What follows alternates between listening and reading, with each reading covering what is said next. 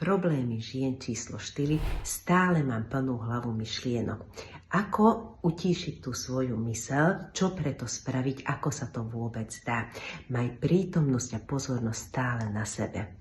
Čokoľvek, čo vykonávaš, maj fokus práve na tom. Keď si s deťmi, tak si v plnej prítomnosti a pozornosti na tých svojich deťoch. Nemáš myšlienky, čo ešte potrebuješ spraviť, čo potrebuješ navariť, upratať, dokončiť v práci, lebo vtedy ti víria a vtedy máš plnú hlavu stále myšlienok. Keď si s deťmi, tak plný fokus je na deťoch. Keď varíš, tak si gazdina a maj fokus na tom, že práve kraja zeleninu, maj fokus na tom a utíši sa ti myseľ. Keď si v práci, tak vnímaj seba, ako vykonávaš tú prácu a buď tam. Stále vnímaj seba, ako si v prítomnosti a ako vykonávaš tú danú činnosť a vtedy sa ti utíši aj tá tvoja myseľ.